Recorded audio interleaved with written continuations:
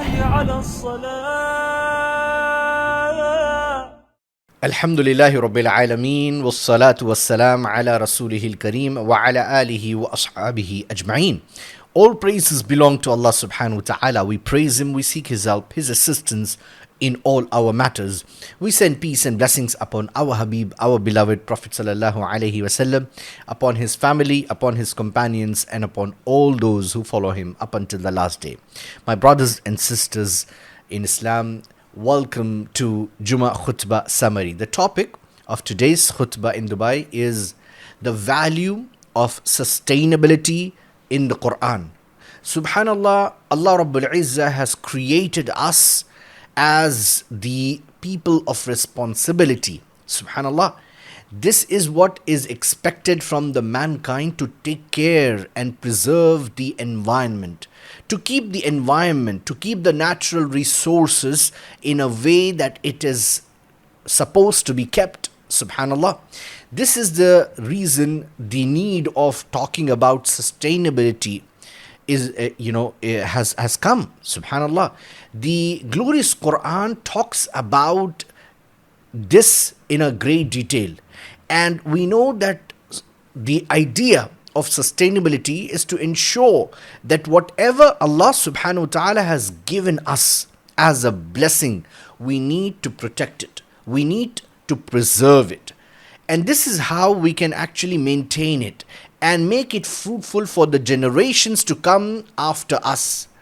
We are told as a command by Allah subhanahu wa ta'ala in the Quran, وَلَا تُفْسِدُوا فِي الْأَرْضِ بَعْدَ إِصْلَاحِهَا, and cause not corruption on earth after its reformation, which means we are supposed to be the protectors of this environment. We have to be the agent of goodness and khair, and to create the world a better place for us to live in, and for the generations to come after us to live in a better way.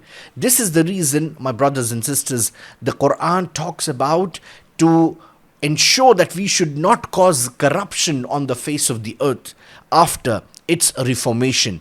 This is very, very important, to ensure that we preserve the natural resources, to go towards the renewable energy, to ensure that the blessings around us which are there should be kept in a way that is very, very protective.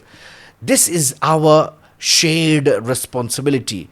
This is something which we will be accountable for, to ensure that, subhanallah, we do not have to cause corruption. We have to be the people of goodness. We have to be the people of khair, of betterment. And everyone has a responsibility to ensure that these natural resources should be kept in a way that is clean, pure, and constructive. My brothers and sisters, humankind has been given this role to play on the face of the earth, and ensure and understand that, subhanallah, we will be accountable for every action that we perform on the face of the earth.